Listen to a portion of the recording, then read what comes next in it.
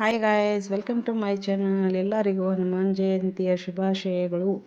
ಹನುಮಾನ್ ಜಯಂತಿಯು ಹಿಂದೂ ಧರ್ಮದ ಪ್ರಮುಖ ಹಬ್ಬಗಳಲ್ಲಿ ಒಂದು. ಅಪ್ರತಿಮ ಭಕ್ತ, ಶಕ್ತಿಶಾಲಿ ಮತ್ತು ಚಿರಂಜೀವಿಯಾದ ಹನುಮಂತನು ಜನಿಸಿದ ದಿನವನ್ನೇ ನಾವು ಹನುಮ ಜಯಂತಿ ಎಂದು ಆಚರಿಸುತ್ತೇವೆ. ಈ ಹಬ್ಬದ ಆಚರಣೆ, ಮಹತ್ವ ಮತ್ತು ಕಥೆಯ ವಿವರ ಇಲ್ಲಿದೆ. ಹನುಮಂತನ ಜನ್ಮ ವೃತ್ತಾಂತ. ಕಥೆ. ಪುರಾಣಗಳ ಪ್ರಕಾರ ಹನುಮಂತನ ತಾಯಿ ಅಂಜನಾದೇವಿ ಮತ್ತು ತಂದೆ ಕೇಸರಿ. ಅಂಜನಾದೇವಿಯು ತನಗೆ ಪುತ್ರ ಸಂತಾನವಾಗಬೇಕೆಂದು ಶಿವನನ್ನು ಕುರಿತು ಕಠಿಣ ತಪಸ್ಸು ಮಾಡಿದಳು. ವಾಯುದೇವನ ಪಾತ್ರ. ಅದೇ ಸಮಯದಲ್ಲಿ ಅಯೋಧ್ಯೆಯ ರಾಜ ದಶರಥನು ಪುತ್ರಕಾಮೇಷ್ಟಿ ಯಾಗದ ಪಾಯಸವನ್ನು ತನ್ನ ಪತ್ನಿಯರಿಗೆ ಹಂಚುತ್ತಿದ್ದನು. ಆಗ ದೈವಿಕ ಶಕ್ತಿ ಸಂಕಲ್ಪದಂತೆ 11 ಸ್ವಲ್ಪ ಪಾಯಸವನ್ನು ಹಾರಿಸಿಕೊಂಡು ಹೋಗಿ ತಪಸ್ಸಿನಲ್ಲಿದ್ದ ಅಂಜನಾದೇವಿಯ ಕೈಗೆ ಬೀಳುವಂತೆ ಮಾಡಿತು. ಶಿವನ ಅಂಶ. ಇದನ್ನು ವಾಯುದೇವನು ಅಂಜನಾದೇವಿಯ ಕೈಗೆ ತಲುಪಿಸಿದನು. ಅಂಜನಾದೇವಿಯು ಆ ಪಾಯಸವನ್ನು ಸೇವಿಸಿದ ಫಲವಾಗಿ ಶಿವನ ಅಂಶ ಸಂಭೂತನಾದ ಹನುಮಂತನು ಜನಿಸಿದನು. ಆದ್ದರಿಂದ ಹನುಮನನ್ನು ವಾಯುಪುತ್ರ ಮತ್ತು ಶಿವನ 11ನೆಯ ರುದ್ರಾವತಾರ ಎಂದು ಕರೆಯಲಾಗುತ್ತದೆ.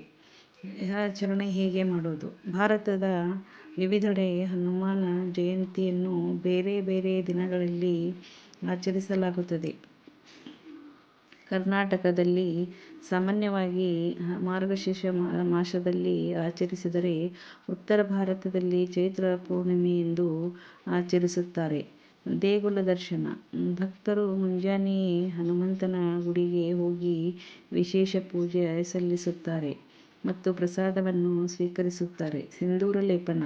ಹನುಮಂತನಿಗೆ ಸಿಂಧೂರ ಎಂದರೆ ಬಹಳ ಪ್ರಿಯ. ಹಾಗಾಗಿ ವಿಗ್ರಹಕ್ಕೆ ಸಿಂಧೂರವನ್ನು ಹಚ್ಚಲಾಗುತ್ತದೆ. ಪಠಣ. ಈ ದಿನ ಹನುಮಾನ್ ಚಾಲಿಸ, ಸುಂದರಕಾಂಡ ಮತ್ತು ಬಜರಂಗ ಬಾಣ ಪಠಿಸುವುದು ಅತ್ಯಂತ ಶುಭಪ್ರದ ಎಂದು ನಂಬಲಾಗಿದೆ. ನೈವೇದ್ಯ. ಹನುಮಂತನಿಗೆ ಉದ್ದಿನ ವಡೆ ಅಥವಾ ವಡಮಾಲೆ, ಬಾಳೆಹಣ್ಣು ಮತ್ತು ಕಡಲೆಬೇಳೆ ಪಾಯಸವನ್ನು ನೈವೇದ್ಯವಾಗಿ ಅರ್ಪಿಸಲಾಗುತ್ತದೆ. ಹನುಮಾನ್ ಜಯಂತಿಯ ಮಹತ್ವ. ಹನುಮಂತನು ಕೇವಲ ಶಕ್ತಿಯ ಸಂಕೇತವಲ್ಲ, ಅವನು ಬುದ್ಧಿವಂತಿಕೆ ಮತ್ತು ಭಕ್ತಿಯ ಪ್ರತೀಕವೂ ಹೌದು. ಸಂಕಷ್ಟಹರ. ಸಂಕಟ ಮೋಚನ ಎಂದು ಕರೆಯಲ್ಪಡುವ ಹನುಮಂತನನ್ನು ಸ್ಮರಿಸುವುದರಿಂದ ಜೀವನದ ಅಡೆತಡೆಗಳು ಹಾಗೂ ಭಯ ಮತ್ತು ನಕಾರಾತ್ಮಕ ಶಕ್ತಿಗಳು ದೂರವಾಗುತ್ತವೆ. ಶನಿ ದೋಷ ನಿವಾರಣೆ. ಹನುಮಂತನನ್ನು ಪೂಜಿಸುವುದರಿಂದ ಶನಿ ದೋಷದ ಪ್ರಭಾವ ಕಡಿಮೆಯಾಗುತ್ತದೆ ಎಂಬ ಬಲವಾದ ನಂಬಿಕೆ ಇದೆ. ಸ್ಫೂರ್ತಿ. ಹನುಮಂತನ ಅಚಲವಾದ ರಾಮಭಕ್ತಿ ಮತ್ತು ವಿನಯ ಮತ್ತು ಅಸಾಧ್ಯವಾದದ್ದನ್ನು ಸಾಧಿಸುವ ಶಕ್ತಿ ನಮಗೆ ಸ್ಫೂರ್ತಿ ನೀಡುತ್ತದೆ. ಬುದ್ಧಿರ್ಬಲಂ ಯಶೋಧೈರ್ಯಂ ನಿರ್ಭಯತ್ವಂ ಅರೋಗತಾ ಅಜಾಡ್ಯಂ ವಾಕ್ಪಟುತಂ ಚ ಹನುಮತಂ ಸ್ಮರಣಾತ್ ಭವೇತ್.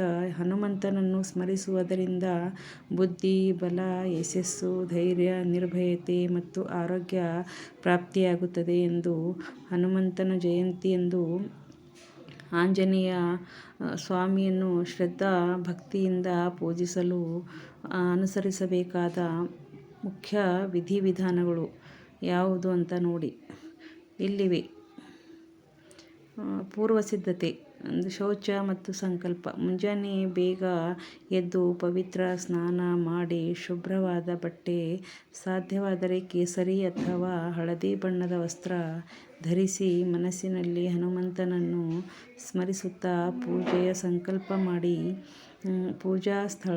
ದೇವರ ಕೋಣೆಯನ್ನು ಸ್ವಚ್ಛಗೊಳಿಸಿ ಹನುಮಂತನ ಮೂರ್ತಿ ಅಥವಾ ಫೋಟೋಗೆ ಗಂಧ ಮತ್ತು ಅರಿಶಿಣ ಕುಂಕುಮದಿಂದ ಅಲಂಕರಿಸಿ. ಪೂಜಾ ಕ್ರಮ. ಅಭಿಷೇಕ.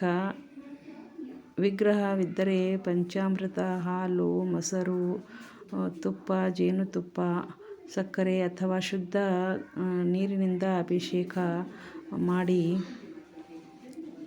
ಅಲಂಕಾರ. ಹನುಮಂತನಿಗೆ ಅತ್ಯಂತ ಪ್ರಿಯವಾದ ಸಿಂಧೂರವನ್ನು ಅರ್ಪಿಸಿ ಕೆಂಪು ಹೂವುಗಳು, ತುಳಸಿ ದಳ ಮತ್ತು ಗೆಜ್ಜೆಯ ವಸ್ತ್ರದಿಂದ ಅಲಂಕರಿಸಿ.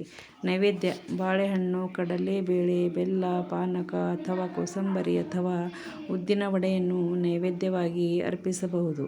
ಪಠಣ ಸ್ತೋತ್ರಗಳು: ಪೂಜೆಯ ಸಮಯದಲ್ಲಿ ಈ ಕೆಳಗಿನವುಗಳನ್ನು ಪಠಿಸುವುದು ವಿಶೇಷ ಫಲ ನೀಡುತ್ತದೆ. ಹನುಮಾನ ಚಾಲೀಸ: ಇದನ್ನು ಭಕ್ತಿಯಿಂದ ಪಠಿಸುವುದು ಅತ್ಯಂತ ಶ್ರೇಷ್ಠ. ಸುಂದರಕಾಂಡ: ರಾಮಾಯಣದ ಸುಂದರಕಾಂಡದ ಭಾಗವನ್ನು ಓದುವುದು ಅಥವಾ ಕೇಳುವುದು ಶುಭಕರ. ರಾಮನಾಮ ಜಪ: ಶ್ರೀರಾಮ ಜಯ ರಾಮ, ಜಯ ಜಯ ರಾಮ ಎಂಬ ಮಂತ್ರವನ್ನು ಜಪಿಸಿ, ಏಕೆಂದರೆ ಹನುಮಂತನು ರಾಮನಾಮ ಕೇಳುವಲ್ಲಿ ಸದಾ ಇರುತ್ತಾನೆ. ವಿಶೇಷ ಆಚರಣೆಗಳು: ದೀಪಾರಾಧನೆ: ಎಳ್ಳೆಣ್ಣೆ ಅಥವಾ ತುಪ್ಪದ ದೀಪವನ್ನು ಹಚ್ಚಿ ಆರತಿ ಮಾಡಿ. ದರ್ಶನ: ಹತ್ತಿರದ ಆಂಜನೇಯ ಸ್ವಾಮಿ ದೇವಸ್ಥಾನಕ್ಕೆ ಭೇಟಿ ನೀಡಿ ಪ್ರದಕ್ಷಿಣೆ ಹಾಕಿ. ದಾನ: ಬಡವರಿಗೆ ಅಥವಾ ಅಗತ್ಯವಿರುವವರಿಗೆ ಅಥವಾ ಆಹಾರ ಅಥವಾ ಬಟ್ಟೆಯನ್ನು ದಾನ ಮಾಡುವುದು ಪುಣ್ಯದಾಯಕ. ಹನುಮಾನ ಜಯಂತಿ ಎಂದು ಕೆಲವು ನಂಬಿಕೆಗಳು. ಹನುಮಂತನಿಗೆ ವೀಳ್ಯದೆಲೆಯ ಹಾರ ಅರ್ಪಿಸುವುದರಿಂದ ಕಷ್ಟಗಳು ದೂರವಾಗುತ್ತವೆ ಎಂಬ ನಂಬಿಕೆ ಇದೆ. ಶನಿ ದೋಷವಿರುವವರು ಈ ದಿನ ಹನುಮಂತನನ್ನು ಪೂಜಿಸುವುದರಿಂದ ದೋಷದ ತೀವ್ರತೆ ಕಡಿಮೆಯಾಗುತ್ತದೆ. ಗಮನಿಸಿ: ಪೂಜೆಯ ವಿಧಿಗಳು ಆಯಾ ಭಾಗದ ಸಂಪ್ರದಾಯಕ್ಕೆ ಅನುಗುಣವಾಗಿ ಸ್ವಲ್ಪ ಬದಲಾಗಬಹುದು, ಆದರೆ ಭಕ್ತಿಯೇ ಇಲ್ಲಿ ಮುಖ್ಯ. ಶಿಸ್ತು ಮತ್ತು ಬ್ರಹ್ಮಚರ್ಯ ಪಾಲನೆ ಈ ದಿನ ಬಹಳ ಮುಖ್ಯ ಎಂದು ಪರಿಗಣಿಸಲಾಗುತ್ತದೆ. ಈ ವಿಡಿಯೋವನ್ನು ನೋಡಿ ಲೈಕ್ ಮಾಡಿ, ಕಮೆಂಟ್ ಮಾಡಿ. ಧನ್ಯವಾದ.